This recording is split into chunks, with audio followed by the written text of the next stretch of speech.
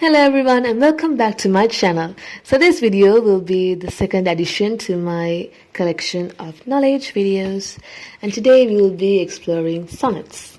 Now if we are talking about sonnets, there are three main sonnet forms. The first one is the Petrarchan sonnet form, or the original Italian sonnet form.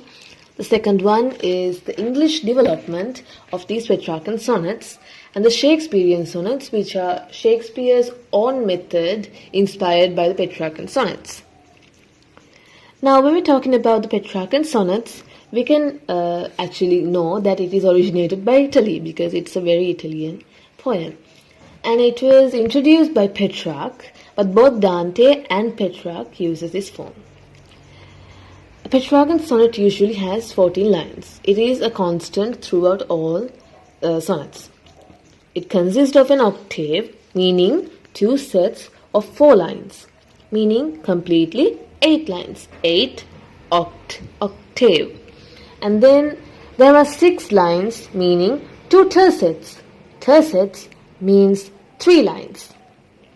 And the sestet is consisting of 6 lines completely.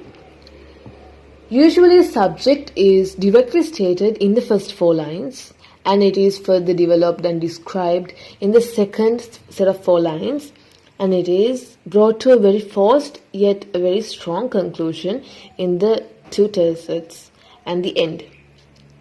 However, this ending seems somewhat forced, and sometimes it's not convincing. I mean, it's convincing, but still it's forced, however the strong conclusion is. So we can also see 2 examples here. We can see the rhyming scheme here: A, B, B, A, A, B, B, A, C, D, C, D, C, D. This was the rhyming scheme of the Petrarchan sonnets. Okay, so we are moving on to the English development of the Petrarchan sonnets. Now this Petrarchan sonnet was first introduced to England by Thomas Pitt, and then Henry Howard, the Earl of Surrey, developed it further on. There were extra rhymes due to all the changes of the languages and the difference in cultures and all that. And due to this, they have rearranged the sestet in various ways depending on the poems and their meanings and all that. Now this form was much more flexible and also easier to understand even than the old Italian sonnet form.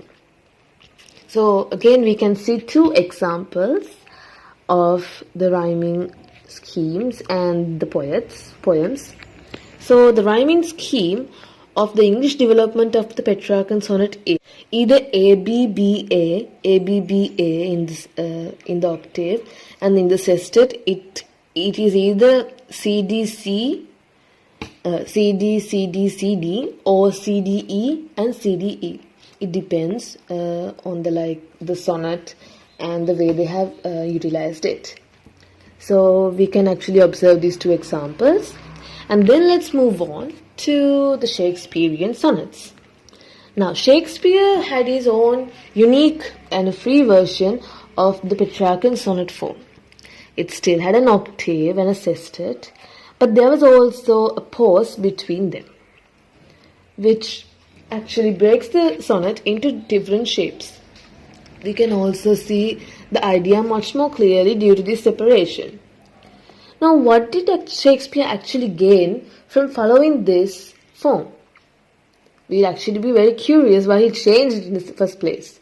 Because Shakespeare wanted to present the argument in the octave, and he did it successfully by following this form. He was also able to recognize either development or contradiction of the first set of 4 lines of the sestet. And in the rhyming couplet at the end, he would make this strong conclusion, which was much more convincing and also very, very strong. So as we can see, there are a few examples here.